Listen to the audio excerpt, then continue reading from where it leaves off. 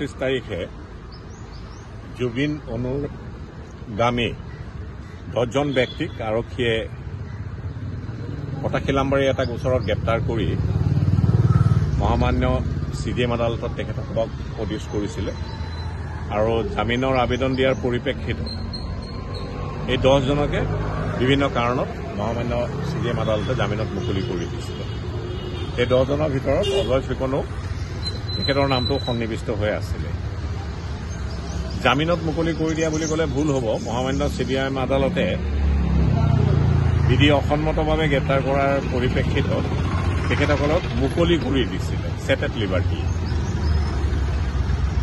26 তাৰিখে মুকলি কৰি দিয়াৰ পিছ মুহূৰ্ততে অজয় ফুকন আৰু এজন ব্যক্তিক আৰক্ষীয়ে পুনৰবাৰ গ্ৰেপ্তাৰ কৰে আৰু সেই গ্ৰেপ্তাৰ কৰা গোচৰৰ ক্ৰম নাম্বাৰটো হৈছে অৱশ্যে থানাটো আছিলে আজাৰা আৰু ক্ৰম নাম্বাৰটো আছিলে আজাৰা PS কেছ নম্বৰ 142/25।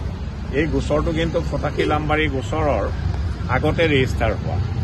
এইটো 22/10/2025 ৰেজিষ্টাৰ হৈছিল আৰু সেই গোচৰটোত গ্ৰেপ্তাৰ কৰাৰ পৰিপ্ৰেক্ষিতত অজয় ফুকন দ্বাৰস্থ হৈছিলে গুৱাহাটী উচ্চ ন্যায়ালয়।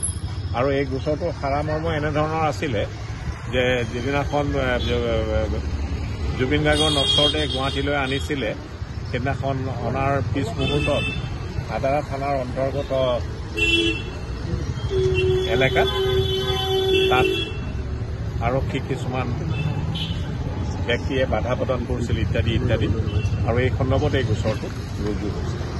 আজি গুৱাহাটী উচ্চ ন্যায়ালয়ত এই গোচৰটোৰ শুনানি হয় আৰু শুনানি কালত আমি আদালতক অৱগত কৰোঁ যে যিহেতু প্ৰথম গোচৰটোত অজয় ফুকনক মুকলি কৰি দিছিলে জামিনত নহয়, কিবা সেট এট লিবাৰ্টি, বিভিন্ন কাৰণত মহামান্য CDM আদালতে 26 তাৰিখে আৰু মুকলি হোৱাৰ পিছ মুহূৰ্ততে বিধি অসন্মতভাৱে আৰক্ষীয়ে তেওঁক এই আজাৰা থানাৰ গোচৰটোত গ্ৰেপ্তাৰ কৰিছিলে।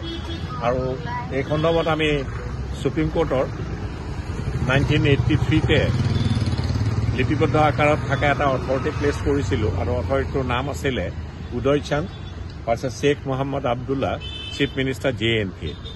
সেই গোচৰটোত লিপিবদ্ধ আকাৰত সুপ্ৰিম কোৰ্টে নিৰ্দেশনা জাৰি কৰিছিলে যে এটা গোচৰত জামিনত মুকলি হৈ গ'লে আদালতত অৱগত নকৰাকৈ পিছ মুহূৰ্তত যদি আন কোনো গোচৰত পেণ্ডিং গোচৰত গ্ৰেপ্তাৰ কৰে সেইটো নীতি বহিৰ্ভূত।